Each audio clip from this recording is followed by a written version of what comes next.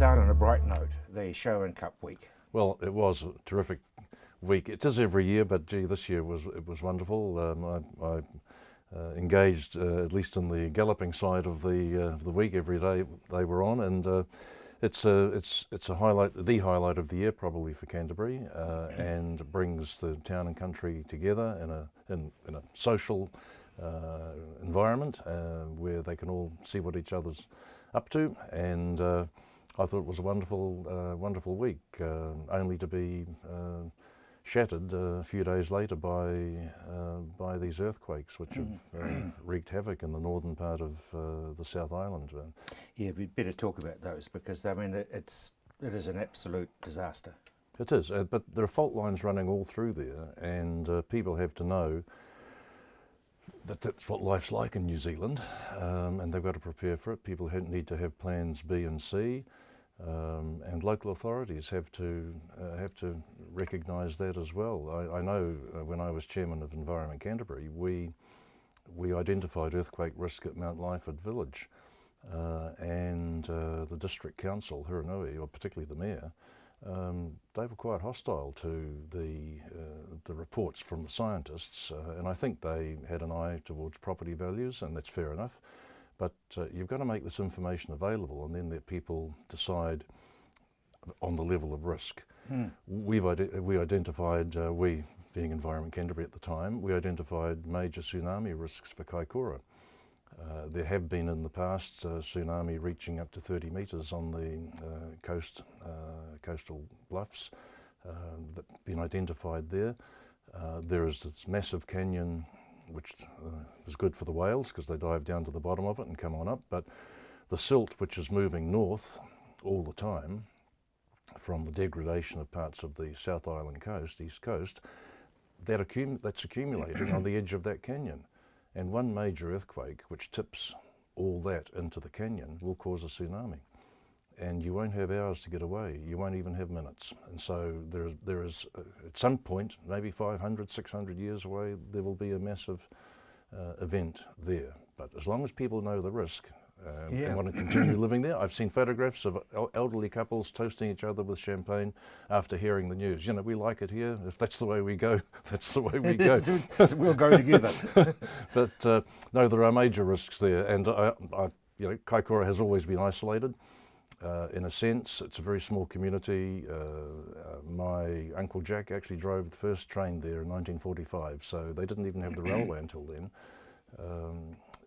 They're isolated, but it's a beautiful place to live until a big event occurs. But how much of a ostrich are we with our head in the sand when these reports are there and we know that? Yep, well, I mean, people sometimes decline to think long term, and that's wrong. They should, and then at least make people aware of the risks and build those risks into their planning. I got the Greymouth flood protection wall built when I was MP for West Coast. Before that, the town was flooded several times in the previous 10 years, and people were talking about moving the town, moving the business part to an area which wouldn't flood. Now that would have been sensible, but instead we built the wall, and the town You're responsible for Yes, I got the money out of a government that had stopped funding stop banks, and I got I think 80% of the money out of well done, the cabinet. Yeah. But that is the sort of clever thing. Thinking long term, yeah, thinking long term. I also got Parliament strengthened.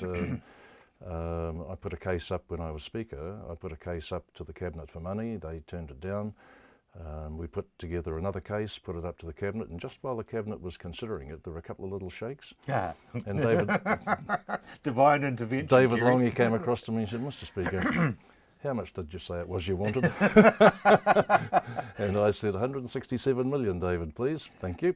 And you got it. And got it, yes. And he made the sign of writing a cheque, you know, and so we've got this wonderful safe Parliament buildings now. Not safe that it won't be damaged, but at least the occupants should be able to get out when the big one hits Wellington, which it will too in due course. Did we actually say to Wellington that they should bring everything up to standard like it is in Christchurch, and they've just turned their back on us? No, they have been. I mean, we've seen pictures of windows falling out and cracks. Most of those cracks, I suspect, are in older buildings. But the City Council has worked with government agencies over the years to upgrade, and I think that they've done quite a good job, but there'll still be a lot of work to do.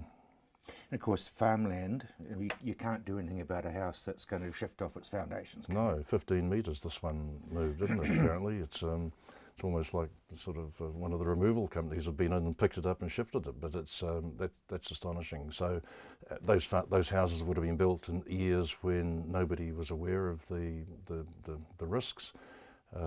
Wouldn't be built there today, but that's where it was. Fortunately, the fatalities are just 2, because the event was massive.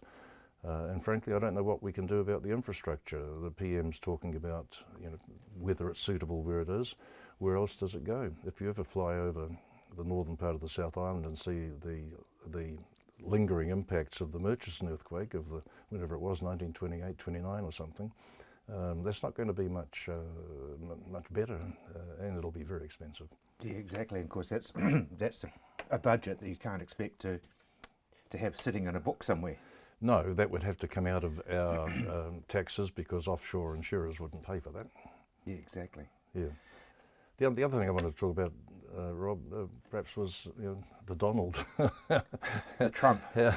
Yeah. I mean. Amazing. It was a sort of hostile bid, a takeover of the Republican Party, and then success, even though he didn't get the majority of the votes. The United States, as I remind friends often, is a union of states, and you have to win the presidency by winning enough states with enough votes in the Electoral College, and he was able to do that. So we'll just keep our fingers crossed and wait and see. But he's mellowed since he got the nod. Yes. I mean, he's even saying nice things about Hillary.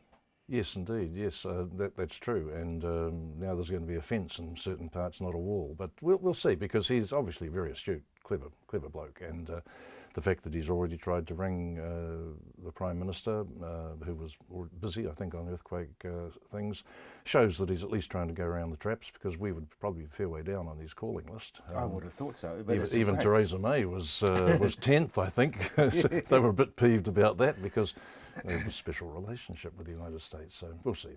And we've got nuclear ship. Well, I don't know whether they're nuclear, but we've got United States Navy coming into town. It won't be a nuclear ship. You can guarantee that.